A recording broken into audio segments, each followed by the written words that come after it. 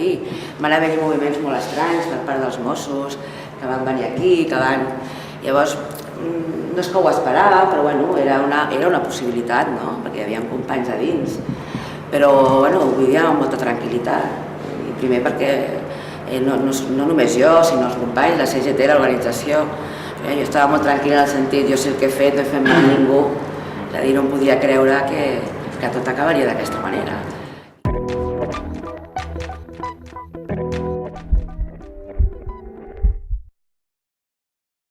Un cop passat el xoc i la situació, clar, jo vaig arribar a una conclusió molt senzilla, és a dir, mira que tenia hores per pensar, que no em van detenir pel que vaig fer, sinó perquè era afiliada a la CGT, és a dir, jo intentava trobar els motius, perquè és el que s'ha comentat aquí, si vaig fer una acció punible el dia 29, allà estàvem envoltats de Mossos i de policia, és a dir, en aquell mateix moment em podien haver identificat o em podien haver inclús parlat ara o el dia després.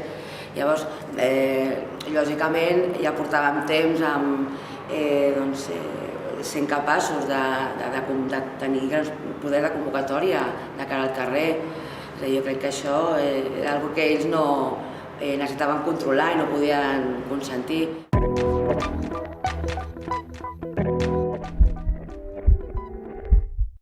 Jo sabia que no havia d'estar allà, però estava allà.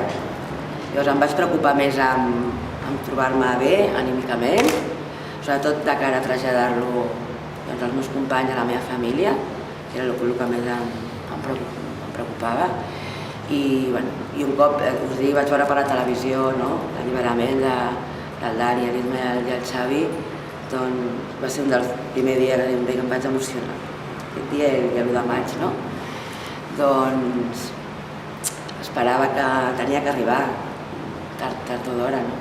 Jo sempre he pensat que hi havia algú amb seny allà fora, no? I que arribaria.